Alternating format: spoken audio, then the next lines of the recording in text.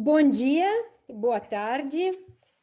Buen día. Para elogiar a variedade linguística dos nossos webinários latino-americanos, hoje começamos esse encontro em português, mais tarde alternando e complementando com o castelhano. Isto é para acolher calorosamente os convidados de hoje, a professora Clotilde Pérez e o professor Silvio Coiti, do Brasil. Bem-vindos. E o professor Fernando Andach, do Uruguai. Também vamos agradecer a presença da colega Cristina Voto, bom dia, e a presença Bom dos dia, Silvia. participantes. Máximo Leone, o principal pesquisador e idealizador do projeto Facets, no qual são gerados esses encontros sobre a cultura do rostro, vai se conectar depois para as intervenções. Então, se parece bom, a gente vai começar com o dia de hoje, dando as bem-vindas a Fernando Andach. Buen día, Fernando. Entonces voy a presentar al profesor Muchas gracias. para ya poder arrancar con su bellísima presentación.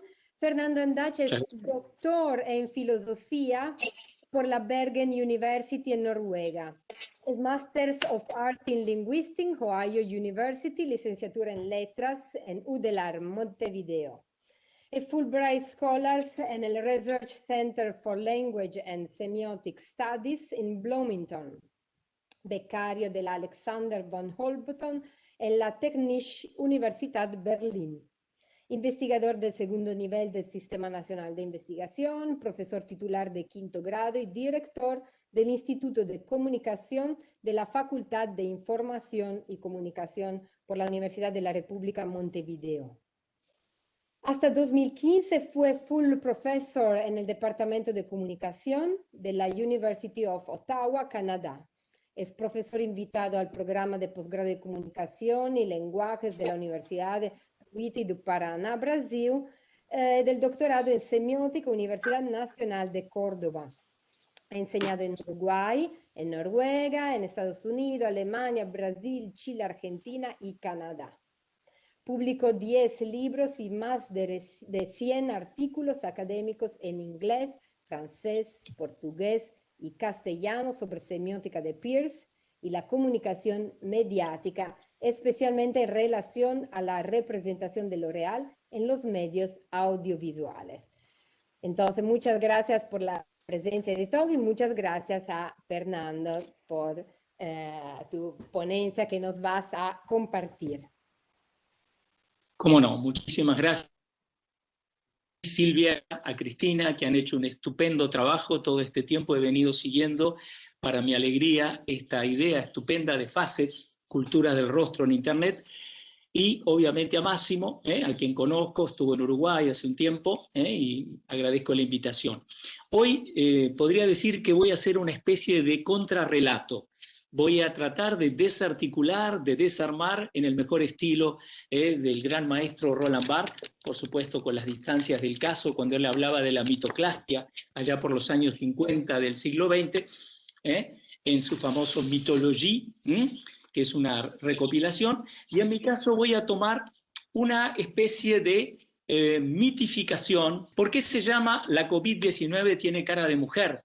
Era un culebrón, como dicen ahora en América Latina, un teleteatro de mi niñez en televisión, ese melodrama televisado que sustituye al teatro televisivo. Y el caso de Carmela es una mujer que literalmente es linchada, despedazada, no solo por las redes sociales, algo bastante común, sino por los medios tradicionales y el gobierno uruguayo a través, por ejemplo, del Ministerio de Salud Pública. Voy a tratar de demostrar en este contrarrelato o que lo que hubo en contra de ella tiene todo que ver, y por eso me encantó la invitación de Facets, y les agradezco de nuevo, con su rostro, exactamente con su rostro. Es decir, ella tiene en ese semblante todo para ser linchada, para ser lo que ella misma llama en algún momento el chivo emisario o chivo expiatorio, sobre el que escribe, y voy a citar alguna cosa, el gran antropólogo René Girard, y también voy a usar a Peirce, como ya fue mencionado por Silvia, trabajo con Peirce hace muchos años, venimos de esa afinidad con Clotilde y la gran Lucia Santaella, el núcleo paulistano de semiótica que tanto me agrada. Voy a tratar de usar una noción poco explotada de Peirce que él le llama mentality, mentalidad, y que la considero equivalente a la noción de imaginario social radical o instituyente del griego francés Cornelius Castoriadis, que ha trabajado mucho esa teoría psicoanalítico-filosófica. ¿Qué es el imaginario? Creo que la destrucción de esta identidad, la verdadera pogrom, ¿se acuerdan la palabra que se usaba durante antes de la Segunda Guerra, antes de que los nazis persiguieran a los judíos? Ya había antecedentes en la Rusia, de los cosacos que invadían un pueblito donde había judíos y hacían una pogrom, palabra polaca que quiere decir persecución para asesinar, una suerte de microgenocidio que los nazis luego iban a perfeccionar. Bueno, yo sostengo que contra la empresaria exitosa uruguaya Carmela Ontú hubo una pogrom semiótica y mediática, una destrucción feroz. Y vamos a ver que es muy interesante porque las señales que es posible interpretar de esa masacre semiótica no la matan físicamente, pero sí la matan en cuanto a reputación, lo que se llama en inglés character assassination, destruir el prestigio de una persona hasta que no queda nada.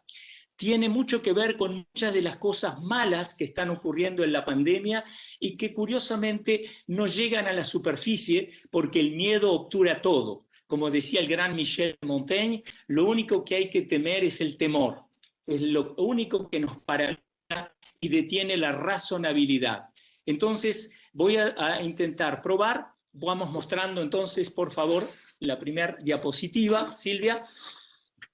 ¿Cuáles son los objetivos concretos? Y voy a avanzar lo más rápido posible. Primero, analizar el caso de un uso agresivo del rostro de una mujer condenada por medios tradicionales como la televisión, la radio, la prensa y Instagram, Twitter, Facebook, por su supuesto rol. Van a ver que lo más interesante es que ya tempranamente en Uruguay, pero muy marginalmente, empieza a aparecer evidencia que la exculparía, uso el condicional, porque ella es condenada hasta hoy, como les voy a mostrar en algún momento, cuando hay un programa entero de televisión que demuestra de modo irrefutable que no puede ser ella, el caso cero, el vector llamado Carmela, así increíblemente la llama el Ministerio de Salud Pública de Uruguay, la emblematiza, la identifica con el coronavirus, que van a ver que es totalmente falaz, no se sostiene por la evidencia científica. Pero ¿por qué hay tal ensañamiento? Esa es mi pregunta. Voy a argumentar que en la construcción del chivo emisario, como lo teoriza René Girard, por ejemplo, de la violence sacrée, se basó de modo fundamental en su cuerpo, el cuerpo de esa mujer llamada Carmela Ontú, y sobre todo voy a introducir la única palabra, el lunfardo del Río de la Plata, que mis amigos argentinos y obviamente los uruguayos entienden, pero allá en Italia seguramente no y en Brasil menos. Lo voy a traducir para Silvio y Clotilde. Ella es juzgada como una cheta, es la palabra coloquial para rica, frívola, arrogante. En Brasil sería una patricinha. Ela é uma patricinha espléndida, ¿no? Una rainha das patricinhas. Y eso es su gran crimen, que obviamente es un absurdo, porque ninguna agencia, voy a demostrar eso, de derechos humanos levanta la voz a defender a esta mujer que es inocente de coronavirus, pero culpable de rostro. Voy a interpretar el proceso semiótico que vuelve a una mujer blanca de clase media alta. Como van a ver, todo esto va en contra de ella, por lo cual ninguna agencia de derechos humanos, ninguna ONG, ONGI, como dicen en Brasil, va a tomar su caso porque ella no tiene el fenotipo del falto de privilegios. Recuerdo aquí la estupenda presentación de Celia Rubina Vargas, donde mostraba, ¿se acuerdan las fotos de los indígenas allí en la montaña, ¿verdad?, en Perú? Y ellos sí tienen los rasgos que una ONG defendería por ser una minoría oprimida. Acá estamos en una especie de antilombrosianismo. Qué divertido que vi que Lombrosio fue profesor en la Universidad de Turín a partir de 1878, el que inventó aquella cosa de el criminal nato. Van a ver que ella tiene todos los rasgos para ser un criminal nato de clase alta. Y entonces ella se vuelve el signo icónico de la pandemia en toda una nación y también vuelca hacia Argentina, creo que no llegó a Brasil porque es tan grande, y voy a usar la noción de primeridad, de la terceridad, que voy a explicar rápidamente. Luego es una de las categorías que hace Peirce en su fenomenología y le llama mentality, y también Castoriadis, el imaginario social. Considerar a Carmela en mi análisis no como caso cero, que no fue quien introdujo el coronavirus en Uruguay, seguramente no, yo diría altamente improbable, sino como la representación en los medios de comunicación sociedad, como la untore, como le llama Giorgio Agamben, en un estupendo ensayo de abril-mayo de 2020, en italiano, traducido. ¿Qué es el untore? Es el agente de contagio, la untadora. Es un ser siniestro que, según una grida milanesa de 1576, va envenenando las puertas, las ventanas para matar a la población milanesa en Italia. Ella es declarada en 2000, increíblemente, la pestadora oficial de Uruguay. Supercontagiadora es el término científico y vector principal e inaugural del SARS-CoV-2. Vamos con otro.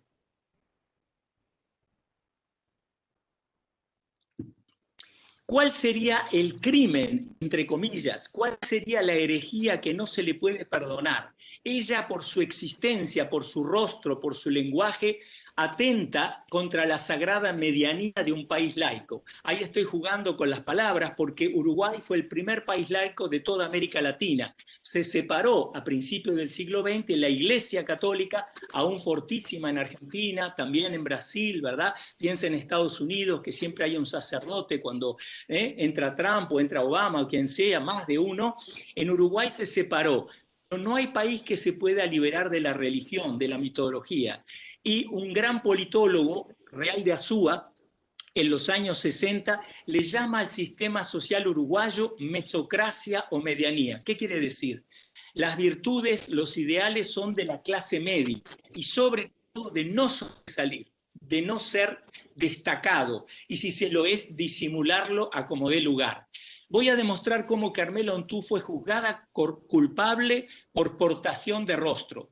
El movimiento Black Lives Matter, que todos conocen, usó la frase DWB, Driving While Being Black, conducir siendo negro. En el caso de Carmela, su culpabilidad, propongo, se debe a la condición EPR, existir portando su rostro, cuyo tipo es considerado o fenotipo el de una mujer cheta, frívola, rica, elegante, privilegiada, pero sobre todo satisfecha consigo misma y no lo oculta. Van a ver cómo una entrevista que le hacen en un canal que hubiera sido totalmente ignorada y olvidada en 2018, es rescatada y esos signos son llevados en su contra como proyectiles letales para demostrar que es culpable de eso. El crimen de Carmela entonces fue tener y mostrar con orgullo un rostro no mesocrático, ajeno por completo a la medianía que debe seguir esa nación, como una especie de religión laica. Vemos otro.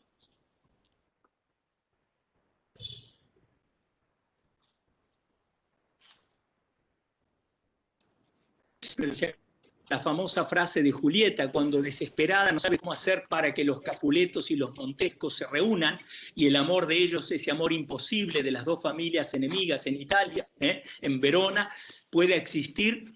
Y uso a Shakespeare para describir un acto de injusticia discriminadora en la era pandémica. Tomo la frase y la convierto y digo, ¿qué hay en un rostro?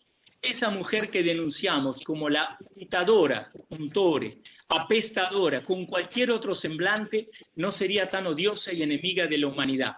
¿Se acuerdan que la frase de Julieta es que hay en un nombre? Obviamente estoy diciendo que de haber tenido un rostro parecido a las fotografías que mostró en el Cusco, ¿verdad? Celia, hace 2 seminarios, ella, es mi hipótesis, no hubiera sido acusada de untore, de diseminar la muerte perversamente en todo un país. Otra.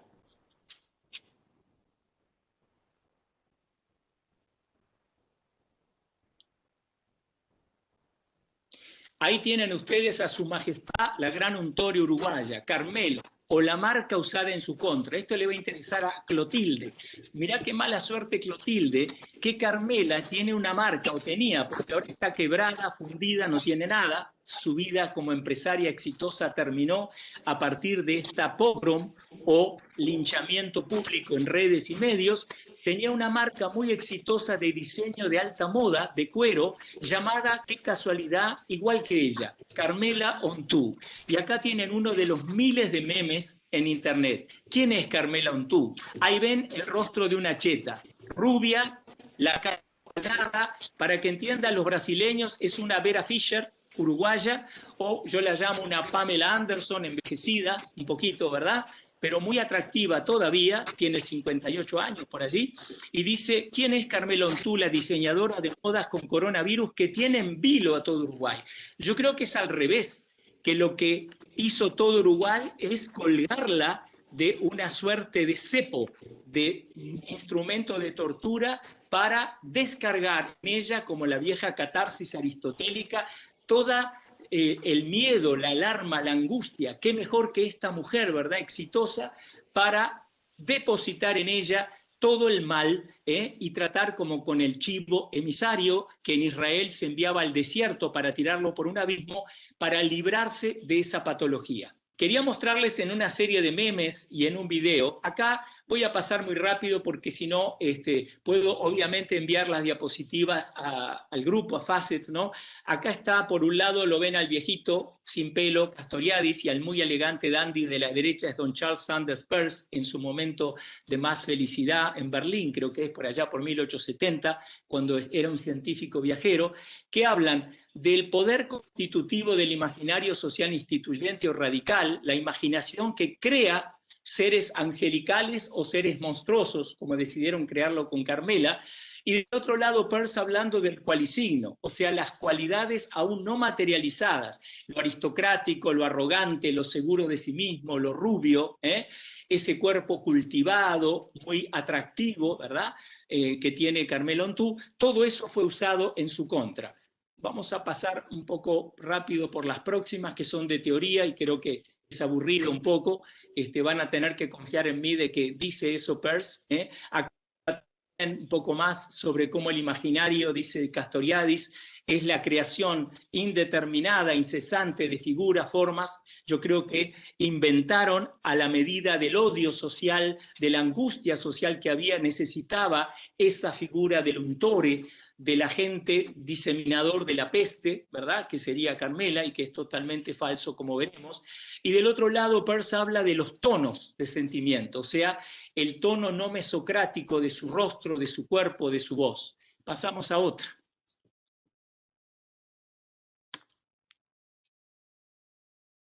En lo que viene van a ver unas definiciones de lo icónico de Peirce y del imaginario radical que yo trato de acercar. Que yo sepa, solamente un par de especialistas han hecho este acercamiento teórico entre la teoría del imaginario social y la teoría peirciana de la imaginación. Lo interesante es que dice que los elementos sensibles de un objeto le pertenecerían de todos modos, aun si no existiera ese objeto. O sea, se puede construir un monstruo con esta pobre mujer, aunque no haya nada en la realidad que corresponda a eso. Ese es el poder de lo que dice Castoriadis, la facultad originaria de plantear o darse en la modalidad de la representación, o sea, la semiosis, una cosa, una relación que no están dadas en la percepción. O sea, como digo al final, en las conclusiones que ya adelanto, ¿qué importa que la evidencia no vaya a favor de ese linchamiento, de esa persecución implacable de esta mujer, si la mentalidad uruguaya, su estética, en el sentido peirciano, de la cualidad que es justa y necesaria como belleza, ¿verdad?, como orden social que ella vendría a caotizar, a desordenar con la muerte, si eso está conforme, nada importa lo que Peirce llamaría la segundidad, lo existente, ¿no? En este caso, las pruebas científicas de que el virus había entrado mucho antes y que entró de muchos lugares. Mujer, adelante.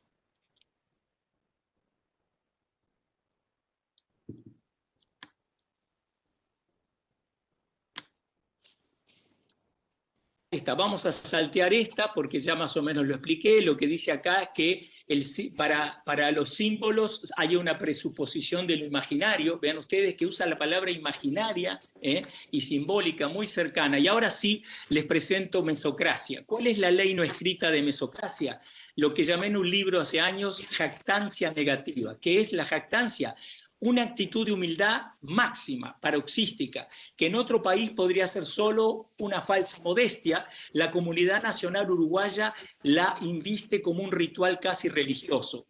¿Qué es el pilar más grande de ese culto del imaginario? Enorgullecerse de no enorgullecerse, jactarse de no jactarse. Esa es la peor jactancia. Es la vanidad más grande, pero que pasa por una virtud. ¿Cómo sería el grito de guerra de mi país a nivel del imaginario social? ¡Viva la medianía! En Brasil leía una frase de Roberto da Mata hace años, de alguien es parado por un policía por cometer una falta y le dice el hombre, ¿usted sabe con quién está hablando? Usted sabe a quién le habla, es decir, le muestra su aristocracia, su poder. Eso sería un tabú en Uruguay. Incluso la corrupción que sin duda existe se expresaría de otro modo, ¿verdad? El político, el rico, se lo diría de otra manera. Viva la medianía, quiere decir no destacarse, que nadie sea más que nadie, dice la Carta Magna, imagina, que no está escrita, pero por eso mismo es más poderosa. Adelante.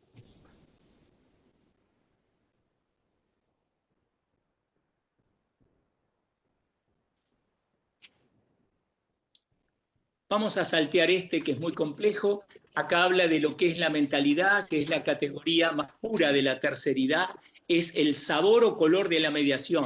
Yo creo que va perfecto con la idea de un rostro. Ahí tienen un antecedente célebre.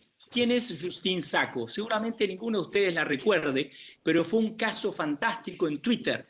Hacia fin de año, el 20 de diciembre de 2013, ella mandó un tweet del aeropuerto de Londres antes de embarcar hacia Sudáfrica. Dijo, going to Africa, hope I don't get AIDS. Just kidding, I'm white. Estoy yendo a África, espero no agarrarme el SIDA.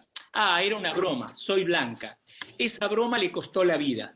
Como veremos, hubo miles, si vemos el próximo, ¿verdad? Dice, ¿Has Justine landed yet? Hay un hashtag que fue trending topic en el mundo entero para destruir a Justine por ese chiste totalmente políticamente incorrecto, ¿verdad? Que le costó el trabajo, la reputación, la persiguieron. Ven qué interesante lo que van a mostrar en la próxima, van a ver el rostro de ella. El rostro es de una mujer blanca, una mujer exitosa, era ejecutiva, de una empresa justamente de medios, de relaciones públicas, que la despide. Pero vean, acá propongo el primer término, que lo presento por primera vez en Facets. Habría una apetencia desesperada por el rostro del condenado. A eso le he llamado la pulsión filofacial. ¿Qué les parece? Que está todos los días, queremos ver la cara, por eso el tener que llevar una máscara es tan enloquecedor. Acá alguien dice, no hay nadie en Cape Town, ¿no? En Ciudad del Cabo, en el aeropuerto, quiero que alguien saque una foto, y ahí tienen a la izquierda la foto de la recién llegada que consulta su celular y se da cuenta que su vida desapareció, que ese chiste, que creyó que era gracioso, destruyó todo lo que era su futuro, su presente. A la derecha tienen una foto de ella, que estaría más o menos en la orden de lo que está el rostro de Carmela Ontú, que es mi tema. Eso es un antecedente célebre de la desesperación por ver los signos faciales para condenarla mejor. La foto la sacó alguien anónimo cuando ella llega al aeropuerto de Sudáfrica, de Ciudad del Cabo, para poder odiarla mejor.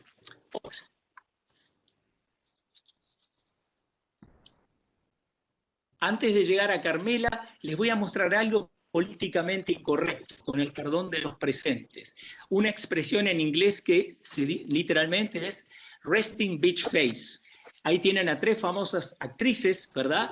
Y la traducción en un artículo del New York Times, muy largo, del 2015, cuando eso llega al máximo en el norte, dice, no estoy enojada, dice una de ellas, es solo mi cara embroncada, furiosa, en reposo. Van a ver que acá hay un antecedente de lo que le pasó al rostro de Carmela Ontú. Salteamos la próxima porque es solamente más rostros, pero no quiero perder mucho tiempo. Y vamos a la otra. salteamos esta, que son otros rostros de Resting Bitch Face, que es sexista, obviamente, porque bitch es, ¿no? Y ahí llegamos a el mundo antes del coronavirus. En 2018, Carmela Untull máximo del éxito. Se juntó con Julia Barton, una norteamericana, creo, que hace moda para personas con discapacidades, handicap, ¿no?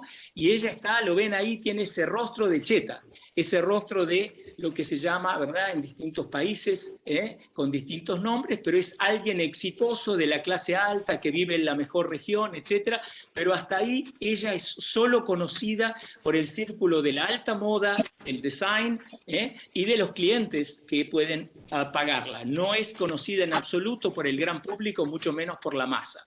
Vemos otra. Y ahora vamos llegando al centro de mi tesis, de cuál es el crimen, entre comillas, de Carmela Untull. No es obviamente un resting bitch face, ahí la tienen. A la izquierda, lo que se llama en el norte resting bitch face, yo la transformé en smiling rich face, traducido al español, SRF, es sonriente rostro cheto.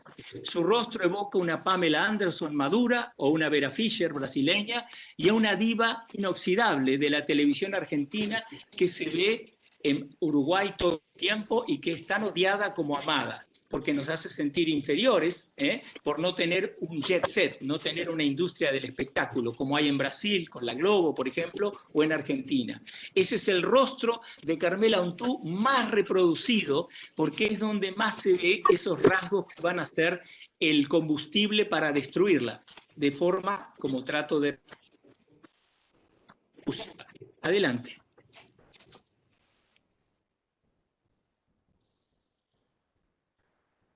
Ahí tienen, por ejemplo, el peligro de portar un rostro de cheta, la herejía. Fíjense que dice chetona virus. Virus es una pronunciación exagerada del inglés. Es una captura de pantalla de una animación que Silvia va a tener la bondad de mostrar en unos segundos, donde van a ver que se convierte en una narrativa transmediática, porque aparecen unos WhatsApps auténticos, aunque no los crean, los van a escuchar un poquito. Aparece luego una animación en video, aparecen memes, es decir, ocupa todas las formas de mediación para en todas ellas condenarla. Adelante.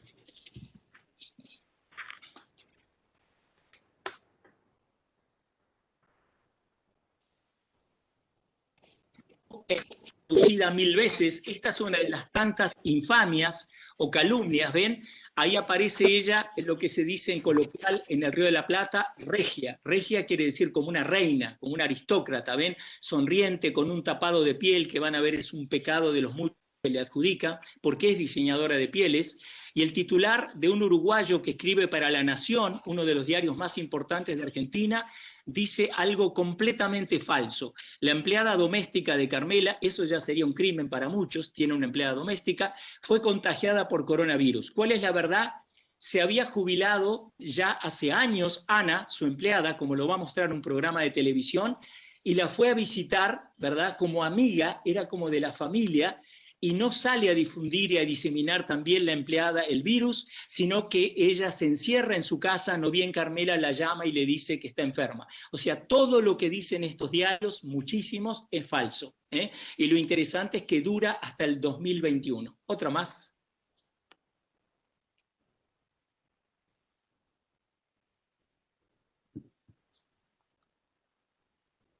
Ahí tienen un programa argentino con la misma foto, ¿ven? Yo digo, sonriente rostro cheto es protagónico. Este hombre la despedaza como si la conociera, solo pronuncia mal el nombre o lo escribe mal por ahí, pero eso no importa.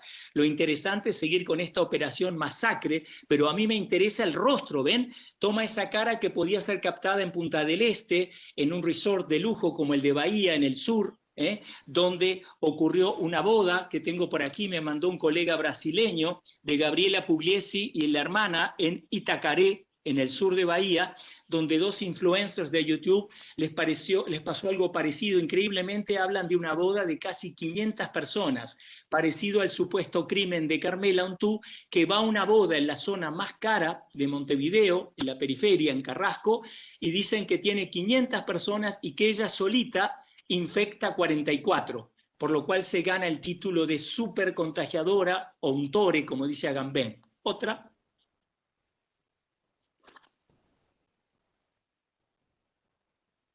Acá llega a Madrid, otra. En todos lados es llamada supercontagiadora, el vector Carmela. Creo que el nombre ayuda, es un nombre un poco vintage. No hay muchas Carmelas en Uruguay. Acá ven, la llaman en este video la dueña del coronavirus. Y yo digo, va a la hoguera de internet acusada de COVID, pero culpable de un sonriente rostro cheto. Otra es un tema de discriminación activa, ¿verdad? Y me llama tanto la atención que no hubo un solo discurso de derechos humanos que saliera a defenderla. Acá ven algo en Twitter donde dice que tiene nivel cerebral -1, que no está fundado en nada, porque ella, como me llegó la cronología, tomó todos los cuidados posibles, pero eso no puedo hablar ahora. Esa es la realidad que no llega a estos medios. Otra. Quiero llegar a mostrarles el video para terminar, un video de animación hecho rapidísimo. Este es un uruguayo, un youtuber.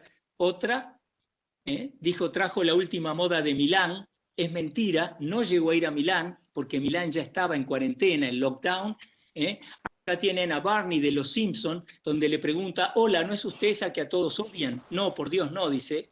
La cara de Carmela, que siempre es la cara sonriente, la cara del Via Crucis, la cara que eligen para liquidarla, torturarla en internet. Otra es una leyenda urbana que la ven en todas partes, la ven en un shopping de Argentina, la ven en hospitales, ven a sus familiares, ¿ven? Hay otra, pulsión filofacial, segunda parte, Carmela es furor en Uruguay, esto es de Argentina, un programa de televisión abierta, ¿ven? Recorta la carita y la pone en una ambulancia de juguete. Otra es despiadada la cacería, nada les alcanza, pero cuando vean el video, ahora va a llegar, podemos poner el video ahora, por favor, Silvia, 1 minuto nada más y ya llego al final. Este video lo hace un argentino que generó una serie de animaciones que se llama Gente Rota. Llegó de Milán y en vez de quedarse en su casa como se debe, que aparte de Milán todo el mundo sabe lo que tiene que hacer, se fue a un casamiento del hijo de Leo, donde está todo Carrasco. Y tengo amigas que han ido y están histéricas ahora porque no tendría que haber ido al casamiento. Viniendo de Milán, no podés ir a un casamiento, tenés que quedarte en tu casa.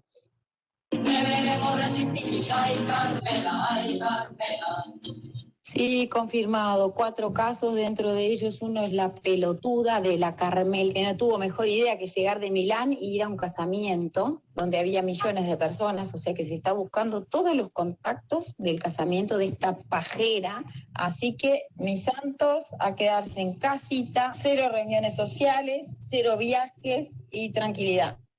Estamos llegando al final, a las conclusiones, porque entre las armas arrojadizas que son usadas contra la reputación de Carmela, ¿ven? Ahí yo le llamo la pogrom de los chetos. La voz que escucharon es la voz cheta por excelencia y son verdaderas, aunque no lo crean, podría ser de un stand-up, de un comediante, no son. Son de conocidas, tal vez alguna amiga, ella dice que reconoce quiénes son esas personas, y sirven obviamente para ponerle más cruces o más, creo que se dice más clavos en su ataúd, ¿verdad? Para terminar esta matanza de Carmela. Lo más gracioso es que la ven en shopping center y resulta que el video es de Argentina o de Uruguay. Si vemos la próxima y salteamos algunas para ir ya hacia el final, porque no quiero usar el tiempo excesivamente. Ahí ven el tema de las pieles, que es otra cosa que usa lo políticamente correcto para crucificarla, ¿verdad? Ella dice que las cría, las animales que usa para sus pieles, pero todo eso es peor. Ahí tienen memes que dice, viniste vestida para matar. Otra dice, amante de las pieles y de contagiar uruguayos, ¿ven? Hay una insaciabilidad de matarla, digamos, ¿no? Ahí tienen un programa que es retomado de 2018 y se usan frases para mostrar que es cheta. O sea, todas ellas llevan a un interpretante, como dice la semiótica, quiere decir que es alguien indiferente a la vida o muerte de los uruguayos y que es alguien privilegiado y que merece, por lo tanto, morir, por lo menos morir en las redes. Si se puede, Silvia, vamos ya a las conclusiones, porque solo son 2 diapositivas, salteamos estas, esas son sacadas de ese programa, ¿ven? Ese programa es usado para crucificarla como esa persona frívola, ahí la ven con las pieles que ella vende, o sea, ella, más allá de que le gusten o no, es lo que ella vendía. Ahora, como ella misma ha dicho en entrevistas recientes, está quebrada, o sea, esta tienda que tenía en Punta del Este, que es un lugar muy caro, la que tenía en Montevideo, todo se ha cerrado porque su nombre se volvió un estigma. Como dice Goffman, hubo un proceso de estigmatización, o sea, de liquidar su reputación, su nombre, que justamente era, dice esa frase en entrevista, que a posteriori resulta muy negativa por el uso que le dan. Yo soy mi esencia, está ahí en lo más feliz de su vida, porque habla de sus viajes a Milán. Ven que ahí la identifican totalmente con el coronavirus a la izquierda y la ponen a ella como el alter ego del coronavirus. Le dicen gracias, Carmela. Vemos la próxima y llegamos a las conclusiones. Acá voy a tener que saltear, es el único periodista que sale a defenderla, pero tiene una variante del rostro, el sonriente rostro cheto, es el arrogante rostro cheto, y entonces su programa especial no funciona. Por eso digo, la defensa llega en la televisión abierta, pero no tanto.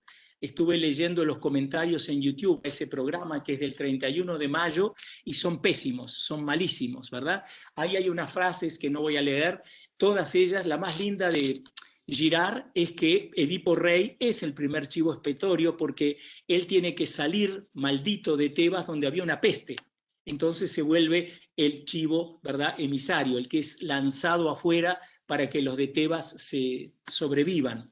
Salteamos un poquito estas y llegamos a las conclusiones, Silvia, y leo y terminé.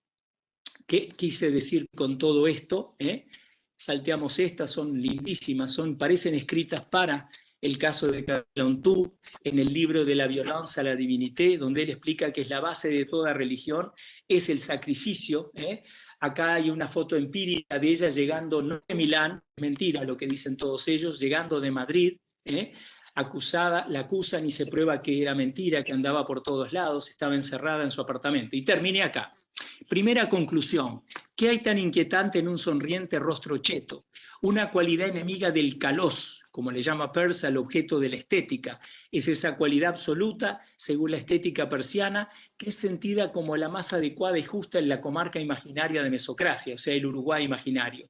Ese sentimiento, o quality of feeling, la cualidad de sentimiento y el imaginario radical, motivan y explican la pogrom implacable sufrida por quien puede bien haber sido contagiada y no contagiadora. Vean ustedes, puede haber sido al revés.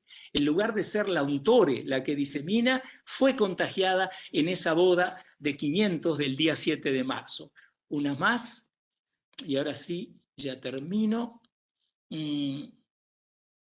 Se dan cuenta, es todo al revés. Hay una ideología neolombrosiana, lo de Lombrosio, ¿no? El reo nato, el que nace criminal, generó un feroz y unánime prejuicio, una discriminación contra una mujer por ser próspera, rubia, emprendedora y sonriente. Abrió una pulsión social filofacial, de amor al rostro, de atracción fatal por el rostro, que lleva a buscar uno para usarlo como base de la construcción del chivo emisario. En ese rostro, en esa víctima propiciatoria, toda la comunidad descarga su desasosiego, su temor, pánico ante la amenaza mortal del enemigo invisible, el SARS-CoV-2. A falta de pruebas, buena es la mentalidad. Los cualisignos del rostro sonriente y cheto de Carmela son usados para juzgarla. Y termino, último, sí, una frase que me apropio del gran Jorge Luis Borges, el maravilloso escritor, poeta, narrador argentino, que la cambió un poquito y digo, la matan y no saben que muere semióticamente para que se repita una escena. Ese es el final del texto de la trama. La matan y no saben que muere semióticamente para que se repita una escena. Muchas gracias por la paciencia, gracias Silvia por el apoyo y Cristina. Gracias. Muy bien, muchísimas gracias Fernando. Nos disculpamos por algunos detalles, algunas ausencias de instantes, unos pequeños atrasos debidos pues a los interfaces, pero muchas felicidades por tu intervención que, como estábamos comentando anteriormente, va de la mano con la siguiente. el tema del día de hoy es un tema muy urgente, que es doloroso tratar y que la semiótica está intentando acercar, interpretar para poder intervenir en lo que es la actualidad, algo que nos está tocando a todo y que tú pues de manera muy, muy detallada nos mostraste y nos explicaste con una lectura, diría, un poquito diferente. Abrimos entonces al diálogo. Son bienvenidas las demandas, las preguntas en español, en cualquier idioma. Y Fernando, por favor, te quedas con nosotros para abrir al diálogo. Felicidades. Gracias. Quisiera, bueno, abrir el paso a este conversatorio con una sugestión, un comentario que surgió de la presentación muy interesante y muy meticulosa y muy incómoda, pero incómoda en sentido también del punctum, ¿no? Bartesiano, algo que molesta por su emergencia. Así que agradezco mucho esa molestia. Pensaba, Fernando, en tu presentación que en serio me ha interesado mucho, me ha fascinado mucho también como ciudadana, ¿no? Entonces, como persona que ha sido parte también de relatos que de alguna forma han ocurrido, parecidos en Italia. Claramente imagino que cada latitude tenga su propia cuestión icónica respecto de la viralidad del untora o del untor según la latitud. Pensaba claramente también por tus referencias, pero también por las que yo vengo trabajando, que son aquellas que refieren a la semiótica persiana, al problema, ¿no? Siempre tan urgente de repensar el ícono, ¿no?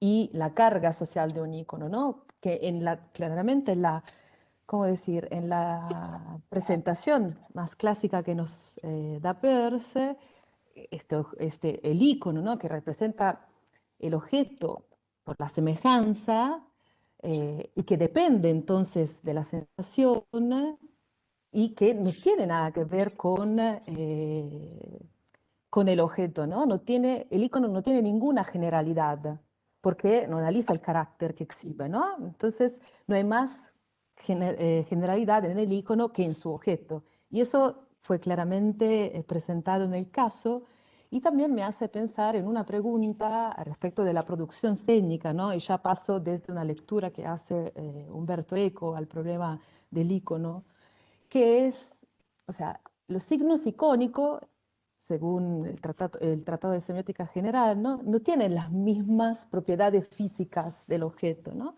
Sino que estimulan una estructura perceptiva similar, ¿no? a aquella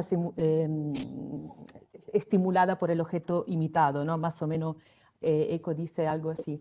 Entonces siento que recuperar la lección tanto de Eco como de Peirce nos sirve para pensar al menos dos niveles que creo que son como todo lo que orbita alrededor de tu presentación y que ojalá se pueda abrir ahora más espacio, que es pensar, o sea, individualizar qué estimulan estas similaridades y cómo podemos analizar, ¿no?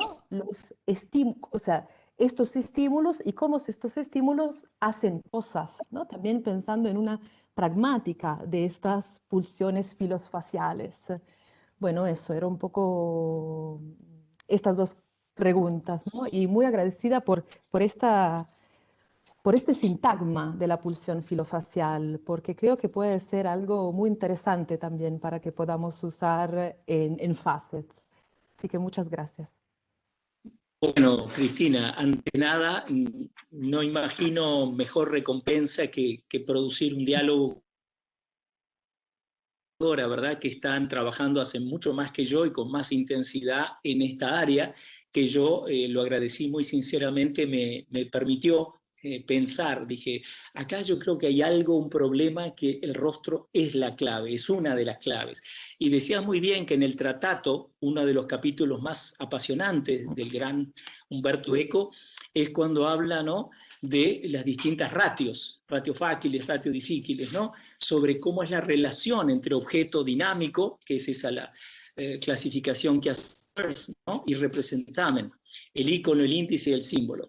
¿Qué es la lección? Y tú hablaste muy bien de que el objeto no tiene por qué tener las cosas que el icono plantea, si no, no habría la pintura de Bosch, la pintura de Hieronymus Bosch, ¿verdad? La pintura de Dalí, ¿cómo se explica?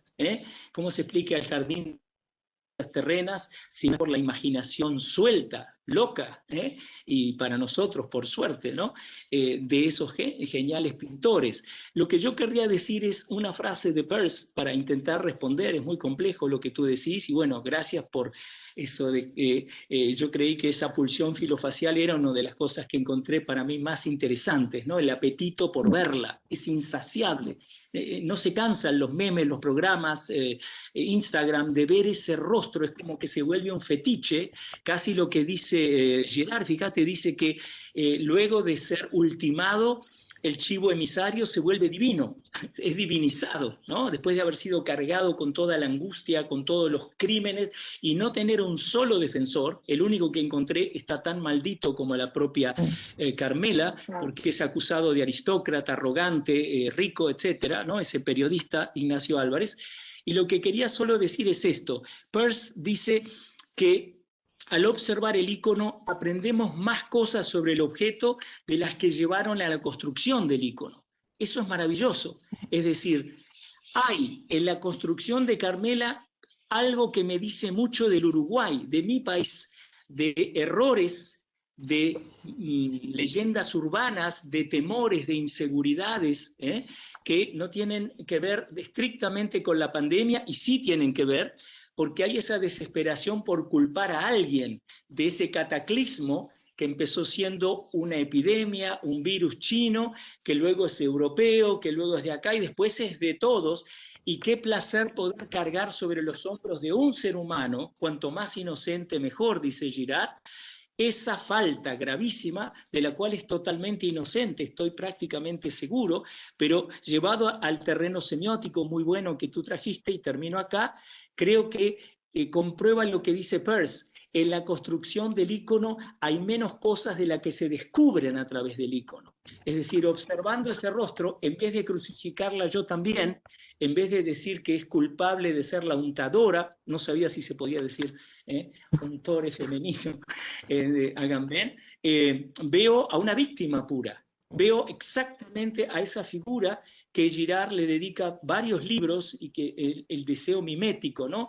Ella es envidiada porque es rica, es empresaria, pero su mayor falta, Cristina, es el jactarse de eso, el decir en esa entrevista que es despedazada y usada como un collage infinito, que está contentísima con su vida, que ha logrado muchas cosas y que es una mujer exitosa. Eso no se perdona. Es imperdonable. Cuando llega la pandemia, creo que se produce una violación no solo del derecho humano de ella, insisto, porque nadie la defiende, porque hay una unanimidad en esa sociedad y es uno de los tantos crímenes cometidos en la pandemia. Gracias. Muchas gracias. Gracias a ti. Gracias, Fernando. Seguimos con una pregunta por parte de Carmen Galán, la cual tiene micrófono prendido. Muchas gracias, Silvia. Fernando, me ha encantado tu presentación y pues me deja pensando mucho en esa construcción del chivo expiatorio, también en Todorov, nosotros y los otros, porque pues si recordamos la peste de la Edad Media, pues fueron los judíos, ¿no? También a los que se culpó. Y esta parte que justo acabas de comentar, que era la que yo te quería preguntar, de cómo después la víctima se deifica, cómo esta contención de la violencia que logran, bueno, en el caso de los judíos quedó claro con la ONU y todo el cine que se ha construido alrededor de ellos, y mi pregunta iba en esa dirección, o sea, ¿cómo pensar lo que va a pasar con Carmen Tocaya, ¿verdad? Aparte, después, en algunos años, porque lo que viene a evidenciar ella es el problema del neoliberalismo, o sea, un problema de una brecha enorme entre ricos y pobres, y ella viene a personificar todo este descontento que ya estaba latente, y no solo en Uruguay, bueno, acá en México, quizá la manera de manifestar ese enojo se da más a través de la risa, de los memes, de la construcción de esto que en otra presentación se hablaba del white Mexican, ¿no? Esta idea de la blanquitud, del estatus de forma irónica. Y bueno, eso es lo que yo te quería preguntar y agradecerte la presentación. Muchísimas gracias por tus palabras y por tu estupenda pregunta. Me encantó la alusión a nosotros y los otros. Francesa como otricida, que es un término que usé en mi primer libro sobre los indígenas que son llevados a París a mostrar en un museo y mueren perdidos en el París del siglo XIX por un empresario, Messier de Curel, que los lleva como si fueran animales a un zoológico, a los 4 últimos charrúas, se dice, no son los últimos obviamente, así como Carmela no es la primera untore, para nada, no es el vector que dicen que es, pero tu observación es muy aguda. Hay un descontento, ¿verdad? Hay algo, como decía Marx, ¿no? Un fantasma, un espectro está asediando, ¿no? El fantasma del comunismo, en este caso sería el del neoliberalismo. Justo la llegada del coronavirus, fíjate, coincide en Uruguay con el cambio de un gobierno de izquierda de 15 años, el Frente Amplio, por un gobierno llamado de derecha o de centro derecha, y ella es en ese momento tomada como el blanco ideal para descargar toda esa inseguridad. Ahora que se movió ese gobierno de izquierda que parecía que iba a quedar para siempre, luego de haber sido marginal durante toda la historia de Uruguay prácticamente, hasta, ¿verdad?, el año 2005, que llega a la presidencia, al Frente Amplio, es como en toda buena democracia, ¿verdad? Se produce la rotación de poder, pero justo ahí cae la pandemia. A apenas 13 días de instalado el nuevo gobierno, cae la pandemia, y creo que está muy bien eso que tú decís. Hay una tensión muy difícil de resolver, como si la sociedad dijera, ¿qué nos va a pasar ahora? Que cambió el gobierno de signo ideológico y que vino el virus. No lo podemos soportar. Y ahí se vuelca toda esa energía nefasta, negativa, de inseguridad. Para restablecer el caos necesitamos una víctima, alguien que pase un vía crucis, que sufra todo lo que estamos sufriendo en forma ampliada. Y por lo que sé de Carmela Ontú, ella llegó casi al borde del suicidio, es decir, destruyeron no solo su salud económica, sino su salud mental. Y ahora recién, a fin de año y principio de enero, recogí 2 entrevistas donde se dice en una de ellas, resucitó, ¿verdad? Es casi la parábola del Cristo, el Cristo que muere para resucitar. Creo que la sociedad uruguaya tiene una deuda enorme, y ella cuenta en una entrevista a la CNN en español que está en un restaurante y se le acerca una señora que ella no conoce, le da la mano y le dice, te pido perdón, vaya, incluida yo, que también hablé y hice mal de ti. Es el muy lento, muy, diría yo, gradual reconocimiento que, según Girard, es fundamental que no ocurra. Para que el mecanismo del chivo emisario suceda, debe haber inconsciencia, no debe haber una noción de que estamos liquidando a un inocente. Como tú decías con los judíos, ¿verdad? Aquel famoso documental de Ewige Jude, que hace la propaganda, ¿verdad?, nazi, el judío eterno lo muestra como piojoso, como transmisor de epidemias. Y el rico, que no lo solemos ver, y los judíos son acusados de ricos, ¿verdad?, de una conspiración, los sabios de Sion, todos esos panfletos, el rico es también un margen. No lo solemos ver así, porque los sentimos poderosos por encima, pero cuando hay la oportunidad de destrozar a uno, como pasó en Uruguay, desgraciadamente, es de las cosas que la historia, creo, va a tener que explicar en el futuro, y si la semiótica puede arrimar algo de conocimiento y análisis, tanto mejor. Gracias, Carmen. Muchas gracias, Fernando. Hay mucho movimiento en el chat. Dejaría todavía 3 preguntas. Las voy a pasar seguidas. Les doy voz a los que están queriendo intervenir. Y si te parece, Fernando, todas juntas vas a dar algunas consideraciones finales. Les pediría, por favor, ser breve. Adelante, Tiago. Tiene micrófono prendido. Oh, gracias. Hola, profesor Fernando, ¿cómo estás? El caso de Justine es interesante porque era una frase políticamente incorrecta. Cambia toda la historia. Esto pasa por la velocidad de compartir en la red. El caso de Carmela. ¿Cómo refuerza las noticias falsas, las fake news, la narrativa crítica? Sigue Ahora Julio la Jorge. clase Adelante, Julio Horta. Hola Fernando, muchas gracias por tu participación, muchas gracias a todos los organizadores del seminario, ha sido muy estimulante en las ideas que han presentado. Y me gustaría comentarte, hacerte un planteamiento problemático y pedirte pues, una respuesta al respecto en tu expertise metodológica y teórica.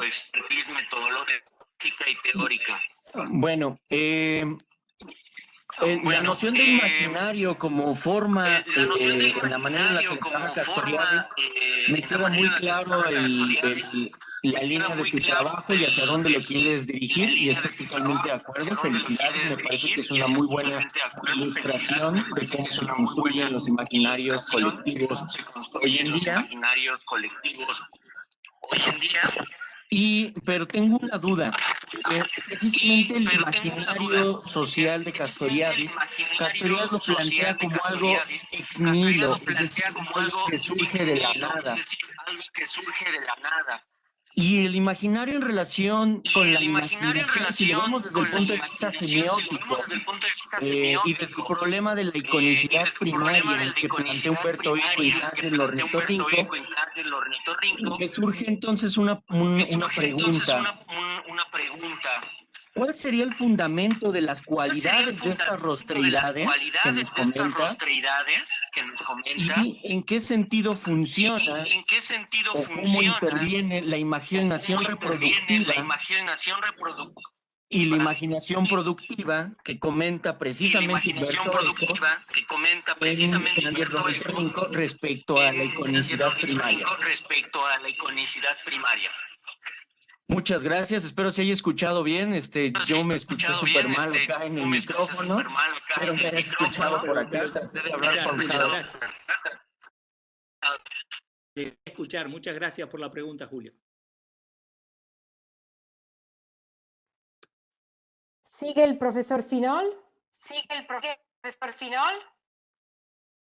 Hola, solo brevemente para felicitar a Fernando por este excelente insight, esta mirada tan fina de este caso, y además tan interesante los ángulos desde los cuales Fernando aborda el problema del rostro. En primer lugar, el contexto de esta mesocracia uruguaya que él también ha descrito también en uno de sus libros, pero también otros complementos como el caso del nombre y el caso de la clase social.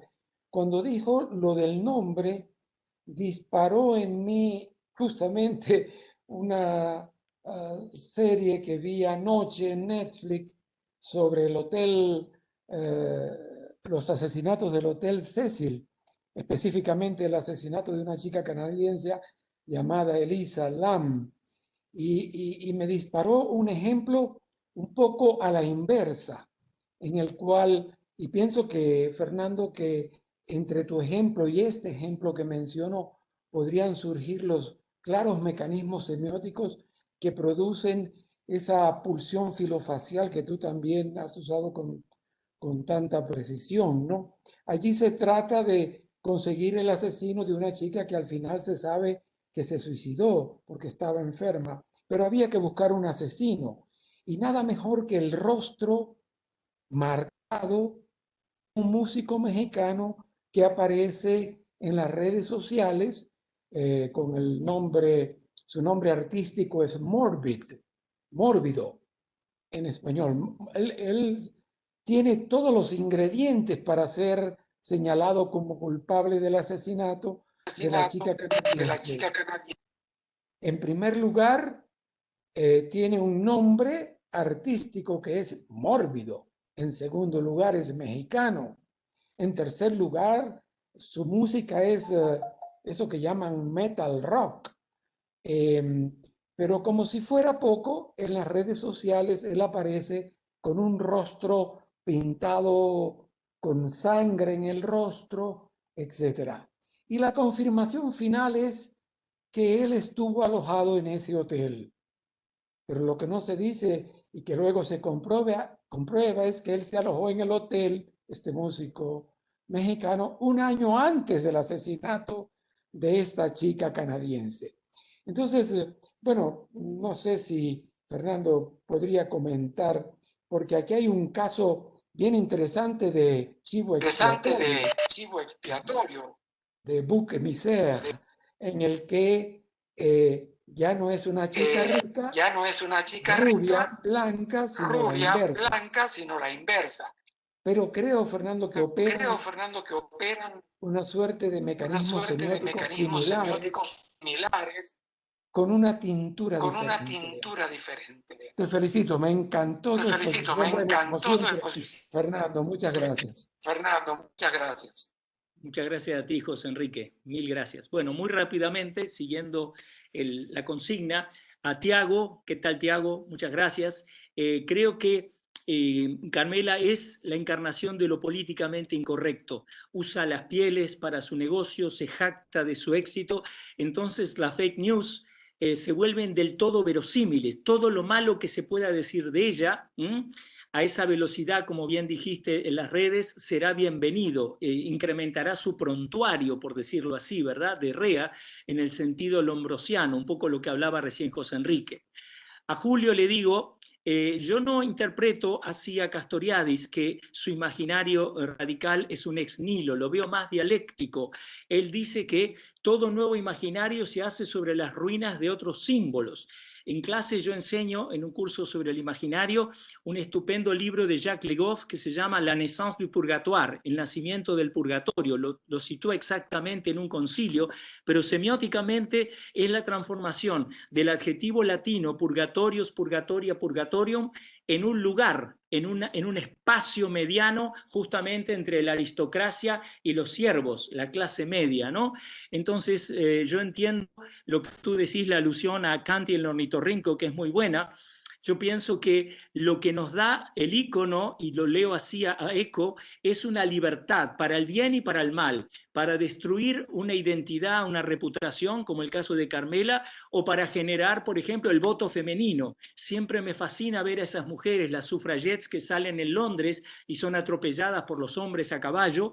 ¿Cómo se le ocurrió a la primera? ¿Cómo se imaginó que una mujer podía votar? Eso me fascina a mí. Y creo que no es ex nihilo, es mirando que el hombre vota y que no es más inteligente que ella, probablemente menos que la que pensó primero vamos a unirnos y a votar, y así con toda revolución, con todo cambio. José Enrique, me encantó tu intervención sobre crime en el último seminario. La nueva habla de Orwell, y no me acordaba de ese término, el crimen facial del que hablaste también en una intervención, y creo que se adapta perfectamente tanto a el aspecto, el semblante de ese mexicano. No vi la serie de Netflix, la había anunciada, Morbid. Él nació para ser crucificado por el color de la piel, por su aspecto, por su ideología, death metal, todo eso. No importa que no coincida la evidencia empírica, como en el caso de Carmela, que ya en marzo, a inicios de la pandemia, ya hay una intervención de ese periodista maldito, digamos, para la medianía, que dice, acá yo sospecho discriminación, es rica, trabaja con pieles, hay que matarla, ¿no? En las redes. Pero nadie lo oye porque hay una apetencia, esa apetencia filofacial. Queremos verle el rostro para...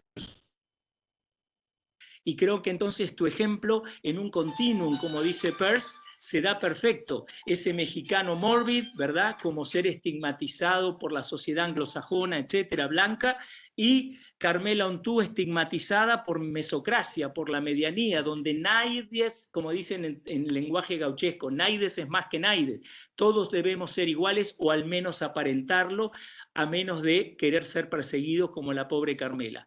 Muchas gracias por las preguntas, me encantaron, y gracias por la oportunidad de presentar en Facets. Gracias.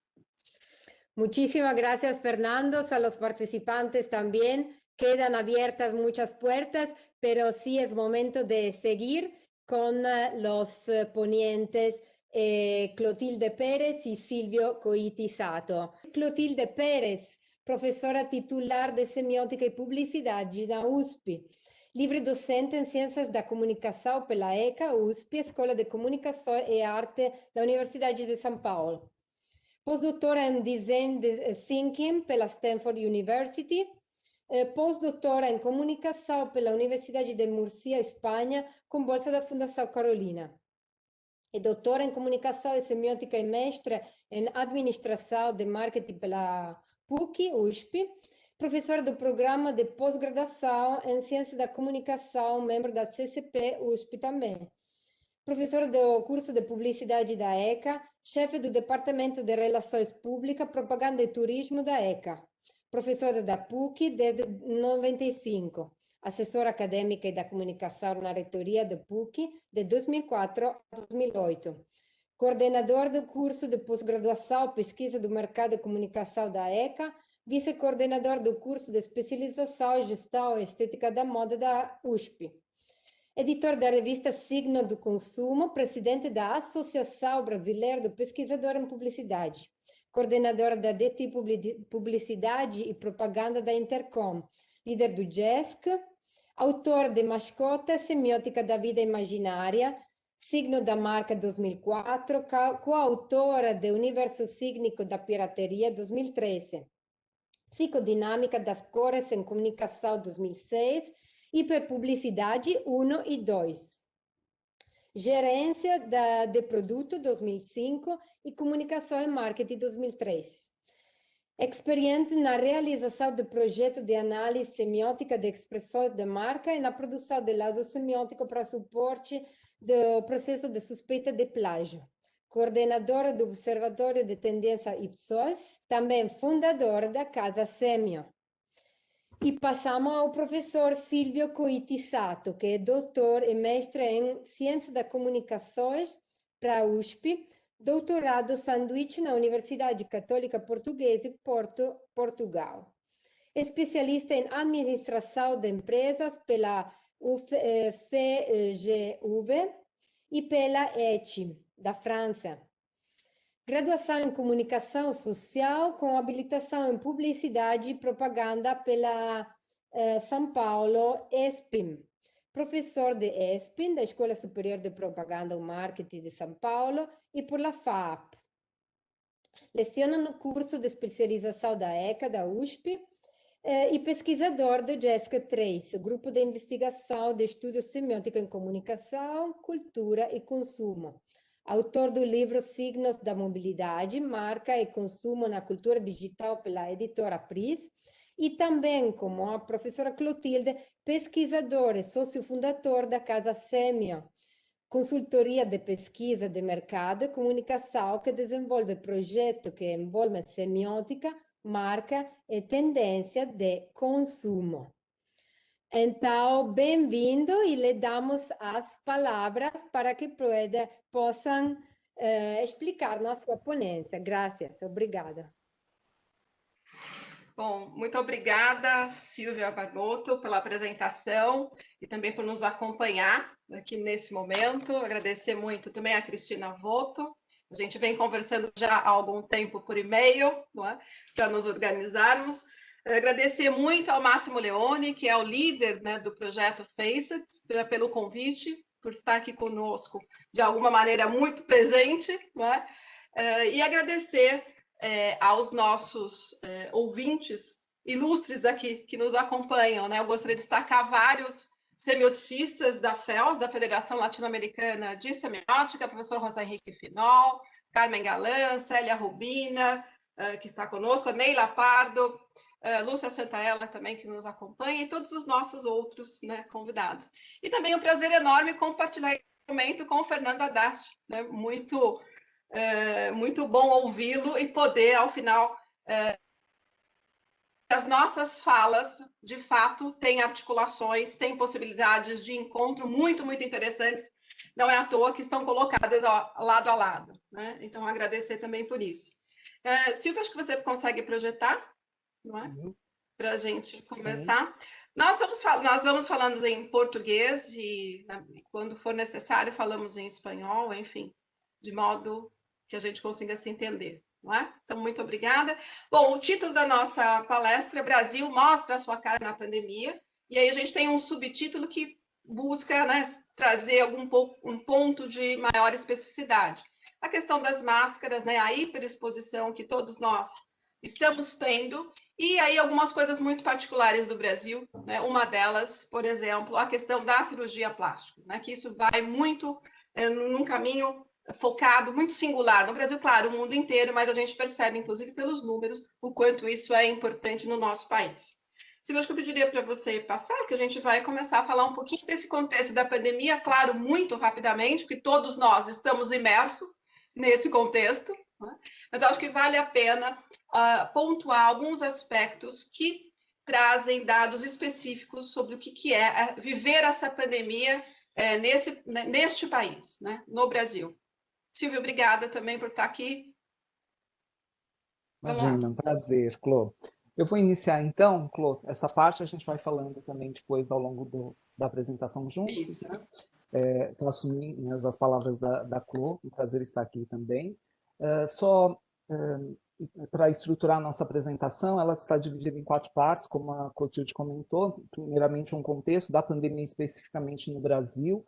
Num segundo momento, traços aí da cultura brasileira, né, da identidade brasileira, do ponto de vista teórico. Num terceiro ponto, uma transformação importante, que é justamente o que a gente já antecipou, relacionada ao rosto, né, a estética do rosto, procedimentos, cirurgias plásticas, e por último, nossas reflexões aí finais. Então, nesse primeiro momento, a gente vai falar um pouquinho, né, sobre questões aí da pandemia, né, que englobam o mundo todo, e no Brasil não foi diferente, nessa ideia do isolamento, trazendo essa ideia, esse sentido aí de recolhimento e de mobilidade reduzida, né, um acesso limitado a outras pessoas, a lugares, né, um pouco esse distanciamento daquela promessa, né, do mundo globalizado, do mundo aberto. Especificamente aqui no Brasil, algumas questões aí, né, muito complicadas no sentido aí da falta de padrões claros nas determinações, orientações para a população, né, algo que percorreu aí o ano passado inteiro e perdura ainda hoje, né, desde as questões aí, né, das recomendações sanitárias, vacinações, medicações, tratamentos, como realidade estética, essas imagens aí, né, com máscaras, face shields, cobrindo aí grande parte, né, da face, ocultando nariz, boca, né, e muitas vezes dificultando também a comunicação oral. Embora o nosso objetivo hoje seja falar sobre os rostos, aqui é um slide só para falar um pouquinho sobre as máscaras, né, que justamente trazem essa obstrução do rosto, né, e que, de certa maneira, também trazem essa dificuldade nessa individualidade, nessa expressão da individualidade, a partir do momento em que justamente existe essa obstrução aqui, né? Destacamos isso, vamos falar um pouco mais para frente, justamente num contexto em que a sociabilidade é tão valorizada. Evoluindo aqui nessas reflexões iniciais sobre a pandemia no Brasil, nós temos também, né, para destacar aqui esse processo tanto de comunicação quanto de ações que ocorreu de forma muito desregulada, desarticulada, com pouco esclarecimento ou informação sobre as medidas aí corretas a serem tomadas, e não à toa chegamos aí em 2021, infelizmente, num cenário aí de grande mortalidade, com indicadores aí de mortalidade superando aí os piores momentos do ano passado, ou seja, isolamento social, distanciamento, máscara, álcool, enfim, todo esse kit de precauções continua nesse ano também. Na sequência, a gente vai falar um pouquinho sobre justamente questões aí da cultura local que podem ajudar também um pouco nesse entendimento aí das transformações que foram desenvolvidas aí a partir do contexto da pandemia. Vou passar de volta para você, Cotilde. Obrigada.